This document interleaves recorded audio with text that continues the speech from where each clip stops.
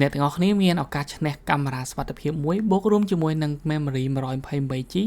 ដើម្បីដាក់ចូលក្នុងកាមេរ៉ានោះទៀតចង់ប្រាប់ថាខាងក្រុមហ៊ុនអ៊ីនធឺណិត Mekongnet គឺមានកាដូជូនដល់អ្នកទាំងអស់គ្នានៅក្នុងឱកាស Halloween ខាងមុខហ្នឹងជាពិសេសទៅដល់អ្នកដែលចូលចិត្តរឿងរ៉ាវព្រឺព្រួចហើយកាន់តែពិសេសទៀតអ្នកដែលមានរឿងរ៉ាវព្រឺព្រួចខ្លួនឯងព្រោះថាដើម្បីទទួលបានកាមេរ៉ានិង memory មួយហ្នឹង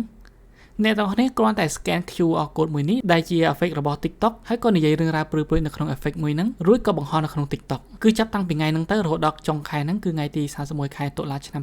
2025ហើយខាង Mekongnet គេនឹងរកអ្នកដែលឈ្នះដោយមាន view ច្រើនជាងគេចំពោះរង្វាន់កាមេរ៉ាហ្នឹងវិញគឺមិនមែនមានតែមួយទេគឺមានរហូតដល់4អញ្ចឹងបានន័យថាអ្នកទាំងអស់គ្នាគឺមានឱកាសខ្ពស់មែនទែនក្នុងការទទួលបានកាមេរ៉ាមួយហ្នឹងសំណួរសួរថារឿងប្រភេទម៉េចខ្លះដែលអាចចូលរួមបាន